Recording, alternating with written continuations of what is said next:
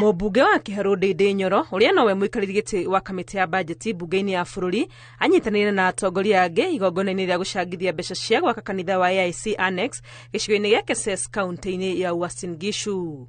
Agĩtarĩria mĩbango ya thirikari ĩgiĩ mbanjeti twerekeire, Ndĩndĩ augĩte rũhonge rwa gĩthomo nĩruo rũbangĩirwo kwamũkĩra mbeca iria nyingĩ iria ciringi birioni 670 gĩcunjĩ kĩmwe kĩa mbeca ici arĩ cia kwandĩka arutani.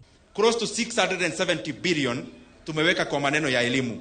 But one element is very critical. Katika TSC tumeongeza fedha 26.3 billion shillings katika TSC.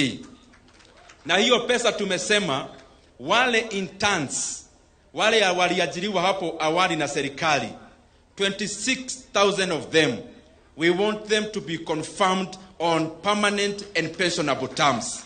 Na katika hiyo fedha pia 26.3 billion tumeweka pesa of hiring an extra 20,000 teachers katika the next financial year.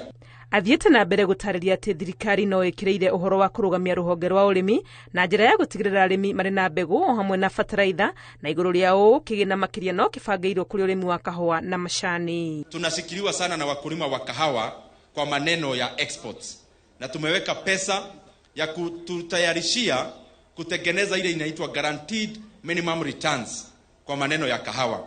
Hapo beleni tuliweka 4 billion katika supplementary. Katika hapa juzi tumeongeza another 2 billion katika coffee cherry fund ambayo tunataka tutumie to guarantee our coffee farmers a guaranteed return. Tumeweka pia pesa ya wakulima wa majani chai. Mũtaratara-inĩ wa bajeti ĩno ĩroka, thirikari no ĩkĩrĩire ũhoro wa ũtambia wa thitima matũũra-inĩ kũrĩa o gĩcigo kĩa ũmbunge gĩkagunĩka na ciringi mirioni 50. And the president called me when we were finishing the budget policy statement, and we added another 12 billion shillings ambayo itaenda katika REREC iende kuunganishia Wakenya wengi stima. Nĩguo gũkinyanĩria kĩoneki gĩa thirikari gĩa gwethera Kenya mawĩra nja ya bũrũri, rũhonge rwa ũheani wa passport naruo nĩ rũbangĩirwo kũheo ciringi birioni 3.2 bajeti-inĩ ĩno ĩroka. Next 3 months hii mambo ya passport tukishikana na Ndindi Nyoro tunamaliza na kila mtu atapata passport within 1 month akiapply. Na tumesema kwamba tunataka watu waende huko nje.